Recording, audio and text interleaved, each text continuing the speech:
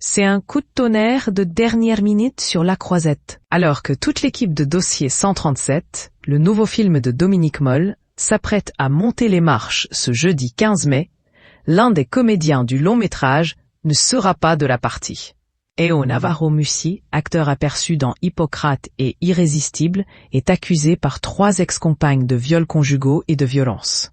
Prévenu par l'association des acteurs IS, ADA, Thierry Frémaux, délégué général du Festival de Cannes, a tranché. L'acteur est déclaré persona non grata. Une décision sans précédent à Cannes, qui marque un tournant dans la gestion des affaires sensibles. Le Festival de Cannes a interdit à un acteur, Théo Navarro Mussi, de présenter le film Dossier 137, en raison d'accusations de violences sexuelles. A confirmé mercredi soir le journaliste de l'AFP, Jean-François Guyot, sur X. C'est Télérama qui a révélé l'affaire.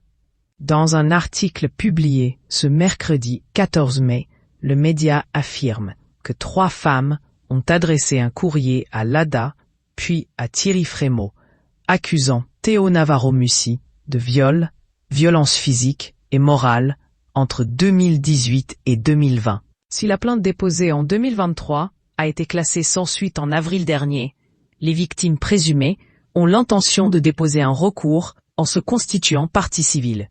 Nous sommes 3 à avoir raconté les viols et une histoire d'emprise similaire, étayée par 19 témoignages de personnes de notre entourage.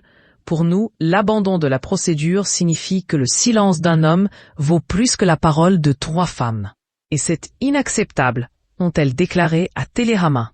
Le comédien, qui conteste les faits, n'a pas souhaité faire de déclaration publique. Il reste juridiquement présumé innocent. Face à cette situation, Thierry Frémaux a pris ses responsabilités. Interrogé par Télérama, le directeur artistique du festival a expliqué son choix. C'est parce qu'il y a recours, et donc poursuite de l'instruction, que le cas est non suspensif. Quand la justice passe définitivement, cela devient différent.